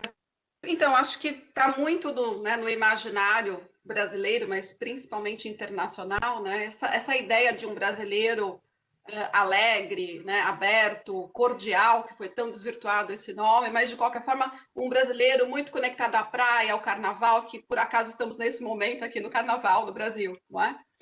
Claro que isso tudo é baseado em muitos estereótipos, mas também tem conexões que a gente vivencia, que são parte da nossa identidade. Só para ter uma ideia, a gente tem aqui alguns autores que sempre estão conosco quando a gente pensa nas questões específicas do nosso país, não é? Quando a gente vai falar desse país que não é só diverso, é mesclado, é misturado, né? É muito diferente do Uruguai, né? Quando o Fernando fala da questão da mesocracia, no Brasil nós somos uma cultura do meio, mas que não tem nada a ver com a mesocracia, não é? É da mediação, é do entre, não é? Muito trabalhado isso em Darcy Ribeiro, muito trabalhado em Roberto da Mata, enfim, vários outros. Então, só para ter uma ideia de alguns autores que nos ajudam a entender o Brasil e o que está acontecendo nesse momento na pandemia e a questão do rosto, porque ela vem também com tanta força. Aqui são algumas referências, só para a gente ter, porque, de fato, o Brasil não é para amadores, né? É um país extremamente complexo, de muitos e muitos contrastes. Então, a gente está o tempo todo revisitando esses autores e fazendo uma leitura semiótica do nosso tempo com muito cuidado. Como eu falei, muitas características, é um Brasil super pautado na cultura oral, né? Um país super espiritualizado, né? Extrovertido, não há dúvida em relação a isso, da mediação, mas com grande valor ao corpo, né? O corpo, ele recebe uma centralidade muito grande, quer por questões... Tivemos uma colonização espanhola, nós tivemos uma colonização portuguesa, e há consequências, evidentemente, muito diferentes em relação a isso, quer pela exuberância da nossa floresta, né, quer pela nossa topologia, pelo clima, enfim. São múltiplos fatores que colocam o corpo realmente como algo absolutamente central e o rosto nesse contexto, né? Então, acho que aqui, só para dizer, a gente recupera um pouco das nossas características para explicar uma série de consequências. Pode passar o próximo, Silvio? Eu não sei se ele está com delay, não é? Está com delay. E nós somos uma cultura relacional. Acho que isso aqui começa a mostrar um pouco de diferença em relação, principalmente, aos países de tradição, né, colonizados pela Espanha. Não é? Estou falando aqui tendo em conta as Américas, não é? Evidentemente. Porque quando a gente percebe que o ficar em casa, né, que foi uma determinação, ainda que não uníssona, não é? Mas foi muito trabalhada, ficar em casa, o que significa para um brasileiro ficar em casa? Né? Se no primeiro momento a gente pode imaginar que ficar em casa não é uma das maiores punições, para nós tem questões muito complexas, né? O sair à rua, o que significa para o brasileiro? Né? Ele se locomover, ele passear, ele consumir, ele olhar, né? Estou só olhando, é o clássico no consumo, não é? Significa que ele não vai poder mais participar das festas, dos encontros, não é? Dos eventos, que ele não vai conseguir se divertir, né? Não vai ter entretenimento, que ele não vai conseguir sorrir, porque se ele sorrir na rua ninguém vai ver, vai ter dificuldade para falar, né? Não vai poder se tocar, porque tem, né, questões, mas também não pode tocar o outro e não pode tocar as coisas. Ou seja, o contexto, né, semiótico do que isto significa para um brasileiro vem com um peso muito grande, não é? Então, assim, nós somos uma cultura baseada na relação, no contato, no diálogo, no afeto e na expressão pública deste afeto, não é? Muito pública. Então, o que a gente percebe é que este isolamento, o distanciamento, o ficar em casa, ele vem assim coberto de significados um pouco mais intensos em relação a nós mesmos, né? Então, o ficar em casa vem com um peso muito grande. Acho que pode passar, Silvio. Inclusive, quem vai nos ajudar, né, um dos autores que nos ajuda a entender o que isso significa é o Roberto da Mata. Então, aqui, só para dar um exemplo, são imagens do ano passado, do carnaval do ano passado. Né? O que significa não fazer isso? Não é? Não é que a gente vai assim para a rua, são multidões na rua. Não é que a gente se encosta, né? É um bolinho, né? Como a gente brinca, lá. Então, assim, é de extrema complexidade este ficar em casa. Por quê? Pode passar, Silvia? A gente tem toda uma tradição e a linguagem, principalmente a linguagem verbal, deixa isso muito claro, né? Essas ambiguidades do ficar em casa. Porque ficar em casa, para mim, para o Silvio, enfim, para nós aqui, ok. Agora, o que significa casa? Né? A gente sabe, né? Um país com intensas desigualdades sociais, econômicas, ou seja, com imensos contrastes, muitas vezes ficar em casa significa ficar em lugares absolutamente degradantes, desconfortáveis, insalubres, ou seja, praticamente impossível. E mais do que isso, a rua é o lugar da vida. Não é? Então, a mulher da rua é a mulher da vida. Né? Eu saio da minha casa para ir ganhar a vida. Como é que eu ganho a vida? Na rua, né? Eu vou trabalhar. Né? Vem ver a vida está acontecendo na rua. A vida não está acontecendo dentro de casa. Né? Então, a gente tem uma complexidade enorme quando fala ficar em casa, parece que não é tão ruim. No entanto, quando a gente vai olhar se a rua é o lugar da vida, a casa ela assume um pouco esse lugar da morte. Não é? Então, como é que a gente lida com a questão do momento da pandemia, né? O ficar em casa é o lugar da segurança, mas a casa é o lugar da morte, a vida está lá fora, a vida não está aqui dentro, ou seja, extremamente complicado, extremamente ambíguo este ficar em casa, quer pelas condições físicas e sociais da casa, quer pelo que ela significa na cultura brasileira de altíssima complexidade, não é? E aqui um ponto que eu acho que é bem importante, né? E aí acho que para o Fernando, que é uruguaio, entender também essa questão do entre, não é? Nós somos uma cultura da liminaridade, do entre. Para ficar mais simples, assim como o próprio Roberto sempre nos fala, nós não falamos com Deus, nós falamos com os santos. Né? Nós não falamos com o governo, nós falamos com o despachante. Né? Então, a gente gosta de... Por quê? Porque somos relacionais. Né? A gente precisa conversar, a gente precisa se articular, a gente não vai direto, a gente vai contornando, vai tentando ali com perdas e ganhos, evidentemente, aqui não é o caso da gente ficar julgando, mas de qualquer forma, essa complexidade, né, este lugar do meio, do entre, é muito característico do brasileiro. Pode passar. Aqui são só algumas referências, não vou ler, só para a gente cumprir aí nosso tempo de meia hora. Né? Aqui um outro texto também, que o Roberto da Mata vai trazendo, esses pontos sobre o que significa a casa, né? Essa rede complexa de símbolos, de significados, que muito tem a ver com diminuir, com acalmar, com acolher e não com a vida, né? Que a vida é exuberante, a vida é eufórica, a vida é intensa. E a hora que a gente pega essa intensidade toda, joga para dentro da casa, não vai dar muito certo, né? Tem uma série de tensões, a gente vem acompanhando com um projeto que une Espanha, Portugal, Brasil e Chile, que chama Observatório da Pandemia. A gente tem feito aí uma série de reflexões sobre a complexidade dessa vitalidade que estava na rua, de alguma maneira penetrada, muitas vezes pelas tecnologias, né? A casa sendo penetrada por essa dinâmica. Vou passar agora para o Silvio trazer, né, um outro caminho reflexivo para depois a gente se encontrar no rosto. Perfeito, sem dúvida, né, Clotilde? Aqui a gente quer destacar justamente essa centralidade das telas, né, do vídeo, esse vídeo viver que, enfim, é uma característica aí, né, quando a gente pensa, né, na cultura midiática e da cibercultura como um caminho aí, né, que já estava em andamento e com certeza que foi potencializado aí durante esse período da pandemia com a adoção aí, né, em massa de uma série de tecnologias que tornaram justamente as jornadas, né, altamente mediadas aí sempre com a presença das telas. Nós só destacamos aqui essa ideia também, né, de que nessa evolução, né, com as lentes, com as telas, né, nos diversos dispositivos e possibilidades, cada vez mais nós temos aí a reprodução do rosto, né, do close aí, né, no rosto, como algo muito importante e com grande visibilidade, com grande importância, né, principalmente a partir aí dos smartphones e suas câmeras, né, particularmente essas câmeras frontais, né, desde o advento aí dos selfies e nas redes sociais, né, compartilhados nas redes sociais.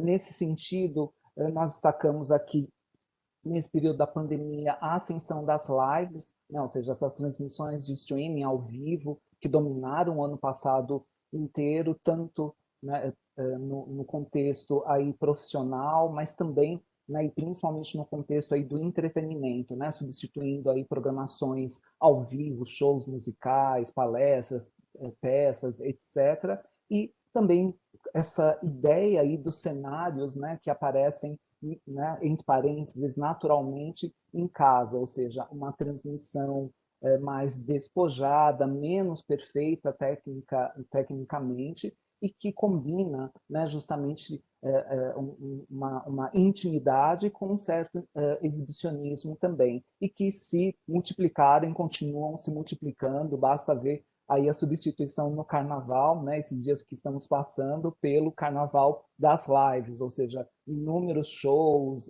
bandas de carnaval, cantores, blocos fazendo apresentações aí pela internet também. Com isso, nós temos justamente essa hiperexposição, né, a qual a Clotilde se referiu, que faz parte aí do próprio subtítulo do trabalho, né, uma hiperexposição do indivíduo com o uso dessas ferramentas que destacam a parte superior do rosto, que é justamente isso que a gente está vivendo aqui nesse nosso webinário, particularmente o rosto aí nessa jornada quase ininterrupta. Então, nesse sentido, as peles são substituídas aí por telas e as faces, né, os rostos são substituídos de certa maneira por telas que trazem justamente os rostos, sejam, né, aqui uma imagem de happy hours virtuais, né, festas virtuais, em que a gente tem justamente esse efeito aqui.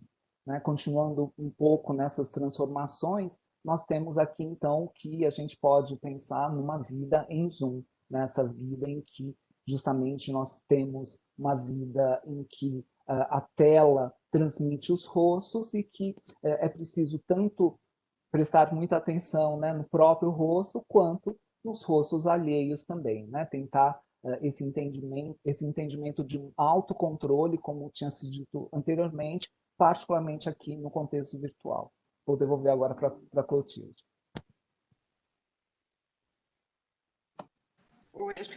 Pode ir passando, Silvio. Ok, passou? Oi? Estão ouvindo? Sim. Sim. Então, um pouco esse efeito zoom, né, que coloca, né, o rosto na centralidade, algumas consequências que a gente, de alguma maneira, já esperava, né, sendo brasileiro, por assim dizer. Né? A gente é um país recordista, né, no consumo de cosméticos e de cosméticos faciais em particular. Né? Então, tem aí essa dimensão do consumo de cosméticos que não só não caiu, como aumentou, né? Durante a pandemia, porque essa exposição sistemática da tela, ela é também espelho. Né? Depois nós vamos recuperar um pouco isso um pouquinho mais para frente. E o que significa este duplo sentido, né? De me expor ao outro e aos outros, e ao mesmo tempo, né, eu estou me vendo muitas e muitas horas como eu nunca me vi antes. Né? Então, tem um crescimento enorme do consumo de cosméticos, principalmente de cosméticos para o rosto, mas também de cirurgias plásticas, inclusive cirurgias plásticas em adolescentes. Né? Então, nós somos recordistas no mundo, né, proporcionalmente à população, de cirurgias plásticas de corpo, cirurgias plásticas de rosto e cirurgias plásticas em adolescentes, o que é algo evidentemente preocupante, o quanto esta dimensão de um culto de uma beleza, sem entrar, né, na complexidade que o tema traz, é muito forte. Né? E aqui eu acho que tem alguns dados, né? Por exemplo, a palavra rinoplastia, né, procurada em português, cresceu 4.800 vezes, ou por cento, desculpa, no Google. As pessoas enlouquecidas buscando cirurgias para melhorar a harmonização do rosto. Então, assim, o rosto está absolutamente centralizado, o corpo sempre foi muito importante para o brasileiro, e indiscutivelmente que durante a pandemia, nessas horas dessa tela espelho, traz uma série de consequências, por exemplo, para o consumo de produtos cosméticos, mas também de cirurgias plásticas, inclusive para os adolescentes. Pode passar, Silvio, acho que o próximo vai um pouco... A gente tem uma série de informações, de dados, você quer comentar esse? Exato, particularmente Botox, né, que é algo que já era popular e se tornou ainda mais popular, particularmente após a reabertura aí das clínicas, né? Uma série de tratamentos menos invasivos que, de certa maneira, o uso da máscara até acentuou, né, e até incentivou muitas pessoas a fazerem esses procedimentos, né, o fato de poderem ficar em casa no tempo de recuperação fez com que vários desses procedimentos também fossem impulsionados, né? Então esse é o destaque dessa parte aqui também.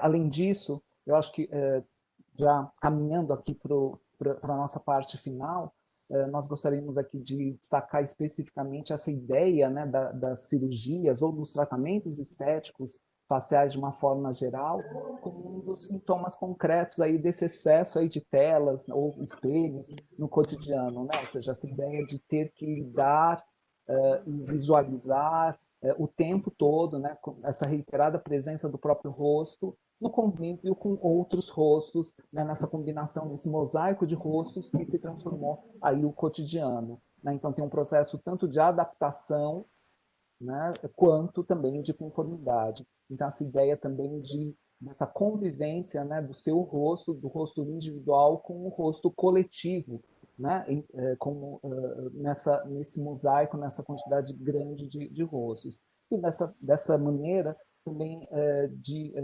pensar nessa ideia dessa dramatização, né, individual e coletiva que ocorre, né, nas telas, na vida digital e que, de certa maneira, também, né, transpõe questões e dinâmicas da vida do ambiente físico também, com uma adequação dos rostos para uma performance correta, adequada ou esperada, né, que parece ser um imperativo para essa vida social que ocorre nas telas, né? Então, dessa forma, acreditamos aqui que essas exigências aí, né, desse olhar, né, contínuo, né, que esse olhar contínuo trouxeram aí questões aí que fizeram com que todos esses tratamentos crescessem durante esse período, já que esses tratamentos trazem uma potência de melhoria e um reforço aí do narcisismo também. Aqui a gente acho que espelhos, né, Clotilde? acho que como semioticistas que somos, não dá para a gente não fazer a pergunta de sempre, né? E o que significa ser espelho, né?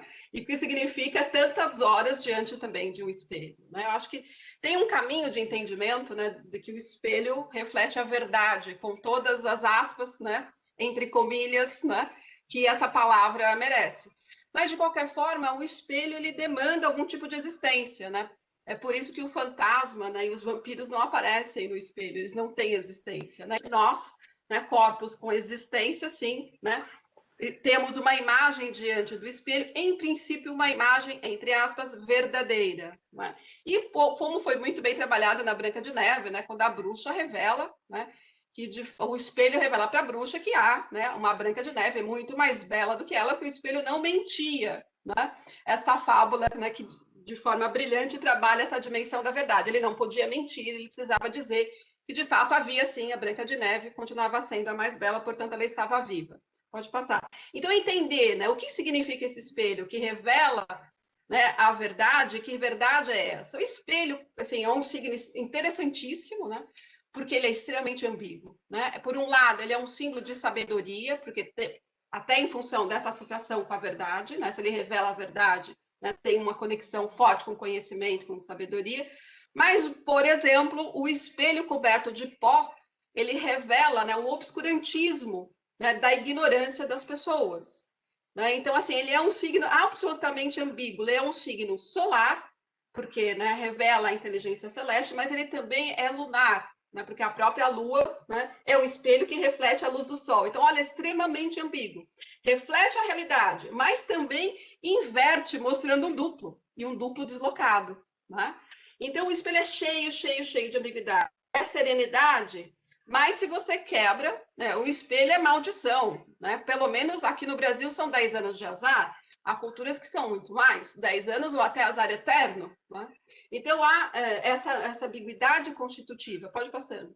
Nesse caminho, né, do que significa essa tela espelho, né, a gente pode imaginar, né, enfim, em vários momentos da história, que retomando um ponto da própria história brasileira, quando os portugueses entregavam espelhinhos para os indígenas primitivos do nosso país, para facilitar a pilhagem do ouro e das pedras preciosas. Por quê? O espelho fascinava. A imagem de si, fascinava, como fascinou os índios, né? Deixando o espírito totalmente aberto para os portugueses. Claro, né? Tem um pouco de lenda aí, mas para os portugueses fazerem aquilo que eles quisessem fazer. E por conta disso, desse fascínio que o espelho também exerce, é que a gente tentou, né, ao longo da nossa história, ao longo da civilização, né, utilizar qualquer coisa para ser espelho, né? Então, a superfície do bronze, numa época, foi espelho. A superfície da água, né, dando origem aí ao mito do Narciso, muito bem trabalhado em várias perspectivas, e mais ainda na psicanálise, não é? E a gente vai, né, utilizando a própria história como espelho, né? Aquilo que já aconteceu, refletindo de alguma maneira algo que possa acontecer no possível, né? Então, a própria história, ela tem um quê de espelho na sua ambiguidade também constitutiva, né? E aí, caminhando, enfim, para as nossas, né, últimas reflexões, eu acho que esse é o ponto, né? As telas são o nosso espelho, como tal, carregadas de ambiguidades mesmo. E o que elas dizem, né? O que essas telas estão dizendo, né? Para esse eu real, virtual, né? Onipresente e vigilante consigo e com o outro, né? Reflete, por um lado, pode ser, né, a imagem com cabelos brancos, cabelos sem cortes, rugas, manchas, sombras, semblantes tensos e cansados. E aí eu tenho alguns caminhos que no Brasil te levam rapidamente a cosméticos e plásticas, não é? Mas eu também tenho um outro lado, que evidentemente a gente não explorou, que não, a gente não tinha nem tempo por aqui, mas por outro lado, em tantas outras situações, eu tenho a certeza da beleza, da perfeição, da jovialidade, né, de momentos de reafirmação muito positiva da vaidade, não é? Então, de novo, esta ambiguidade. O que eu estou vendo, né, diante do espelho? O que eu quero ver? E mais do que isso, né, essas horas e horas diante dessa tela que nos mostra, né, e nos mostra a nós mesmos também, revelam, né, um contexto, uma realidade cotidiana que eu posso simular, eu posso construir, eu posso colocar a minha orquídea branca, que no Brasil é um hit, né? Colocar a orquídea branca é muito chique, e alguns livros, né? Mas, de qualquer forma, eu estou produzindo tudo isso, mas há momentos em que a realidade isso se impõe, não é? Vozes, corpos, sons, etc, etc, etc. Né? Então, o espelho nessa dupla função, que nos conecta do privado ao público e, de qualquer maneira, nos mostra, né, a nós mesmos. Né? E, de novo, né, se esta tela espelho, né, nos revela, né, o que é bom, belo e justo, ou numa perspectiva persiana, ético, né, estético e lógico, ótimo, maravilhoso. E se não, né, uma oportunidade para nos tornarmos melhores, não é? E aqui eu queria só fazer um comentário dessa fala do Fernando, que foi interessantíssima, né? Que no Brasil a gente tem trabalhado muito com o conceito de cultura do cancelamento, ou em espanhol, de la cancelación, não é? E que aqui há uma complexidade enorme. A Carmela aqui teria, de fato, caminhado por outras trilhas, porque ela teria sido cancelada e descancelada, porque aqui a gente tem um mecanismo de descancelamento muito forte, principalmente se ela for, né, loira, bonita, rica e midiática, como é o caso dela. Né? Então, para mostrar aí esse lugar do entre, até na cultura da cancelação, a gente cancela e descancela numa rapidez própria da cultura digital. Gostaria de mais uma vez agradecer e nos colocar aqui à disposição para o nosso diálogo. Muito obrigada, Silvia e Cristina. Obrigada para vocês, Clotilde e Silvia, para essa apresentação maravilhosa, não só para compartilhar o seu carisma e essa maravilha que é o seu país, e essa complexidade, essa riqueza, essa magnitude de um país como o Brasil, mas também para levantar algumas questões que efetivamente e de maneira muito direta tem que ver com o rosto e como ha sido e como vai se movendo durante a pandemia ainda no curso, né? Ainda atual. Então, para deixar o espaço à discussão, primeiramente damos a palavra a Massimo Leone, que pudo se conectar agora conosco. Que bom, Sim, bom dia, Clotilde. Sinto muito, lamento muito ter perdido essa apresentação, acho que estava uma reunião administrativa muito chata, mas essencial. Porém, quero dizer que é um verdadeiro prazer poder contar com esses incríveis contatos internacionais. E agradeço particularmente à Clotilde e Silvio por suas apresentações intragáveis. O Brasil é um laboratório indispensável para entender as culturas da face, não só na América Latina, mas também globalmente. E então espero que possamos estabelecer uma plataforma de pesquisa comum para o estudo da estética do rosto no mundo digital. É muito, muito importante. Estou muito, muito agradecido.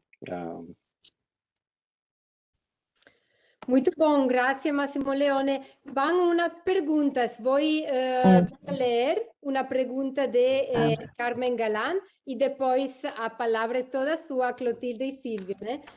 También damos a palabra a Fernando, que tiene otra pregunta también. Entonces, Carmen dice, siguiendo la fábula del espejo, ¿qué hay del otro lado del espejo? ¿Un mundo al revés o un indicio de la identidad? Y ahí la dejamos abierta. Fernando, tu pregunta si quieres. Uma coisa que achei fascinante, um fascínio muito grande, quando eu perguntava a meus amigos, colegas brasileiros, né, porque eles nunca usavam quase a expressão eu, que é super frequente em espanhol, eu faço isso, eu quero outro.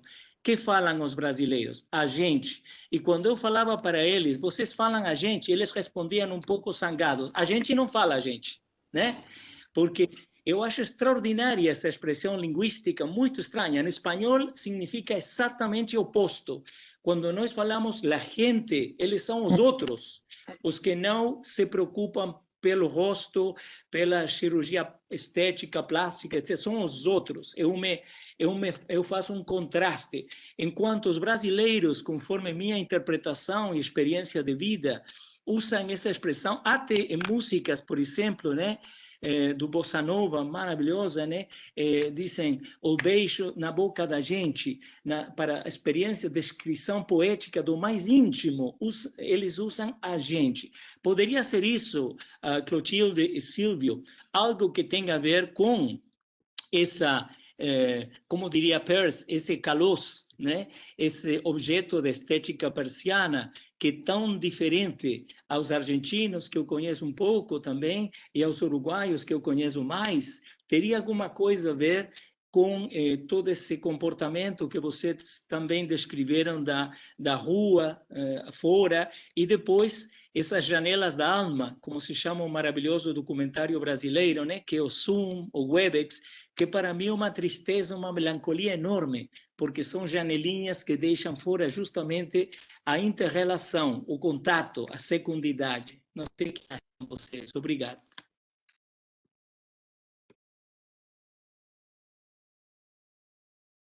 Respondemos as duas? Ou... Sim? Obrigada, Silvia. Vamos começar pela questão colocada pela querida Carmen, do México, Carmen Galán. Enfim, Carmen, muito obrigada por nos acompanhar e por trazer a sua questão. Eu acho que a sua questão já vem respondida, não é? Quando você coloca, né, Carmen, o que é o espelho, né? O tempo todo a gente aqui, claro, de uma maneira muito breve, né, falando dessa ambiguidade do espelho. Claro que ele mostra, né, esse duplo ao revés deslocado, então, certamente sim, né, tem esse deslocamento, tem esse revés, mas também tem uma identidade, né? Então, ele carrega na sua materialidade e no seu simbolismo uma ambiguidade muito grande. Então, acho que são as duas coisas e algo mais por aí, né? Além dessas duas, que somos persianos, sempre são três, não é? Então, o espelho carrega essa ambiguidade, né, realmente, vamos dizer assim, natural. Fernando, perfeito, você teve muito tempo no Brasil, principalmente na região sul, não é? A gente é isso, a gente somos nós aqui, né? Tá com a gente aqui, é? Então este a gente nos inclui sempre. E no Nordeste é o oxente, né? É uma variação do a gente, vai para o oxente, e aí isso vai, assim, aquela polifonia brasileira, né? Que começa de um jeito e vai se transformando em outro. Mas a gente inclui. A gente não gosta de usar eu, porque parece algo extremamente autoritário, extremamente reduzido, ainda que seja, né, enfim, algo... Isso é Brasil, não é? A gente não está falando isso de Portugal, tampouco dos países, dos demais 6 países, né, de língua portuguesa. Isso é muito do Brasil, essa cultura absolutamente relacional, né? E essa cultura da mediação. Óbvio que a gente nos inclui. Né? E o beijo na boca da gente, pode ter certeza, né? Que é o Carlos, ou talvez do Summum Bonum, do Admirável de Percy. Obrigada, Fernando. Queria só complementar, Clotilde, como você comentou da cultura da mediação, né, aproveitar para falar sobre o título da nossa apresentação, que a gente acabou não comentando, talvez para quem não é brasileiro, né, que Brasil Mostra a Sua Cara, é o nome de uma música muito famosa, né, no período, logo no final da ditadura, né, início do processo de democratização, que justamente, né, de um cantor, compositor talentosíssimo, né, um jovem que se chamava Cazuza, que faleceu na época da AIDS, e que falava justamente sobre essa ideia, né, do que estava escondido, né, por trás justamente desse coletivo. Então, isso que o Fernando comentou, né, do agente, me fez lembrar até o próprio título do nosso trabalho, né, nesse sentido de que esse coletivo, essa cultura da mediação, que usa muito do coletivo para fazer também a mediação, também, né, eu acho que a gente pode aproximar desse mundo das telas, né, em que você, de alguma maneira, desse outro lado do espelho, talvez também nós tenhamos, né, que olhar também questões que não foram olhadas, né, nos tempos anteriores e, né, fazendo esse paralelo com a música, com o título da música do Cazuza também. Obrigado. A gente tem uma pergunta. Vou tentar falar em português. Muito obrigada pela apresentação, foi incrível. E gostei também da conexão com o tema do espelho, assim como falou a Carmen. E achava no espelho como esse dispositivo que diz a verdade, mas, ao mesmo tempo, gera uma perturbação. Aí essa doble cara, doble face, doble rosto no espelho. Uma perturbação, uma convicção que responde de uma verdade. Não? Uma perturbação também que tem uma palavra, não? Uma definição médico-científica, não? A espectrofobia. Não? E a moldura do espelho configura mesmo um portal para um mundo desconhecido, assustador, verdadeiro, potencialmente assustador, sobre o que a gente não tem controle. Mas, frente de um espelho, testamos a capacidade de reação desse espelho, não? Controlando o nosso corpo. Hacemos o rosto, a carita, face duck, a barriga para dentro, todas essas coisas que nos acostumbra frente de um espelho. E é aí onde acho que fica a grande diferença, entre um espelho e um smartphone. Não? Um smartphone, por um lado, nos deixa a possibilidade de controlar mesmo a imagem do rosto. Então, aí vai a pergunta. Será que essa hiperexposição que a gente descreveu na palestra, uma reação frente dessa necessidade de controle que já não tem na rua, não? Como uma declinação de alguma nova forma de relacionar-se na rua? Não sei se pude explicar-me, mas eu tentei.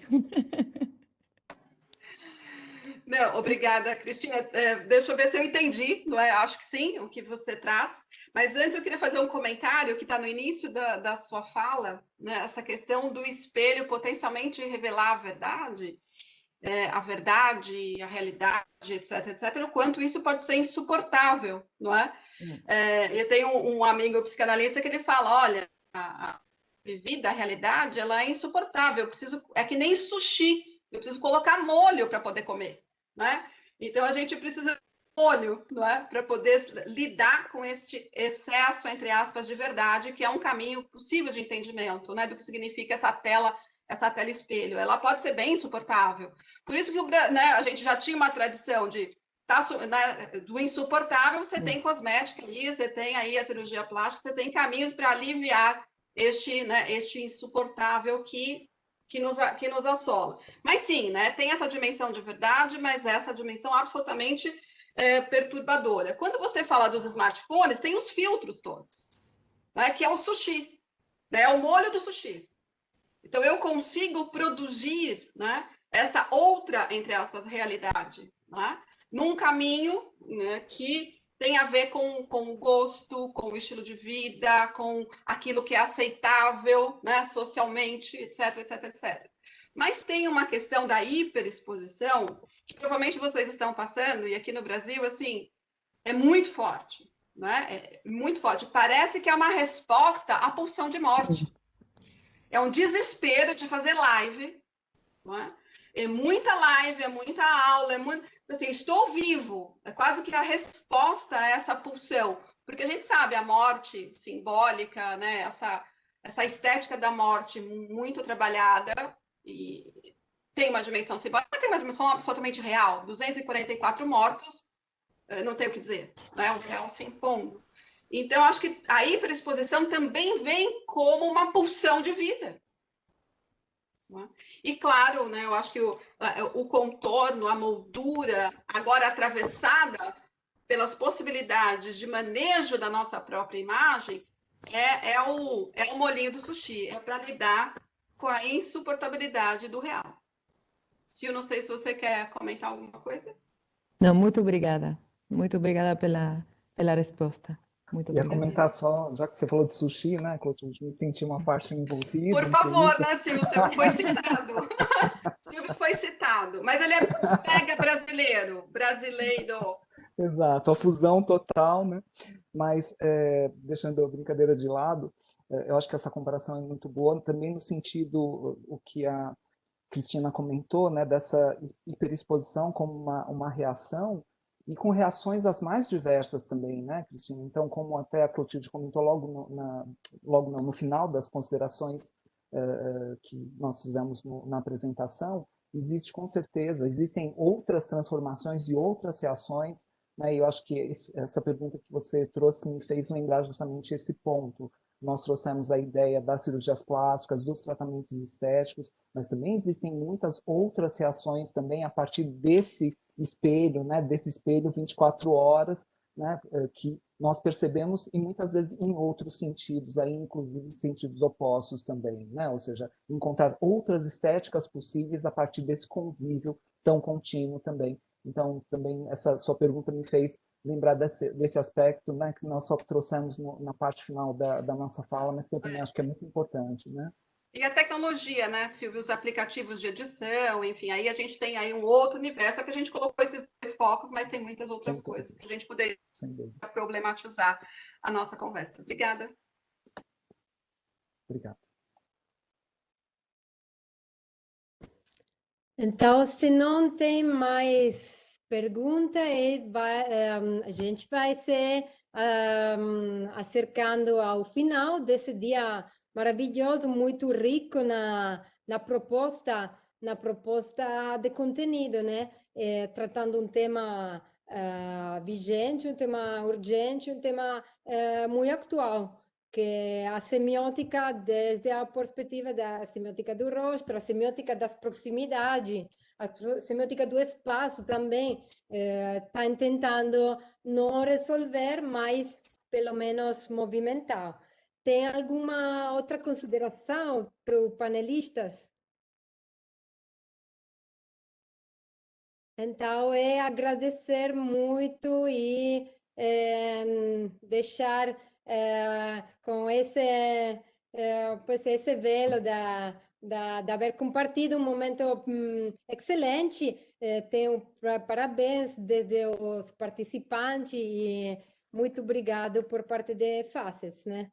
A gente vai se ver ainda na segunda-feira. Adelante. Parabéns. Essa foi mais uma ocasião, acredito, extraordinária para refletir sobre as diferentes nuances das culturas do rosto na América Latina. E agradeço muito a todos os participantes, desta vez do Uruguai e do Brasil, e especialmente agradeço a Silvia e a Cristina por serem organizadoras tão fantásticas. E recordo que iremos publicar os anais, os trabalhos deste simpósio num livro de acesso aberto, Open Access, e que as gravações em vídeo estarão disponíveis no canal do projeto no YouTube. Parabéns e, bueno, obrigado, de verdade. Adeus! Adeus, tchau, gracias. Obrigada. Tchau. Tchau, Silvia. Tchau, Cristina. Obrigada, Tchau, Márcio, Fernando. Cristina, Tchau, Silvia. Clotilde. Obrigada, Fernando. Tchau, tchau. Tchau.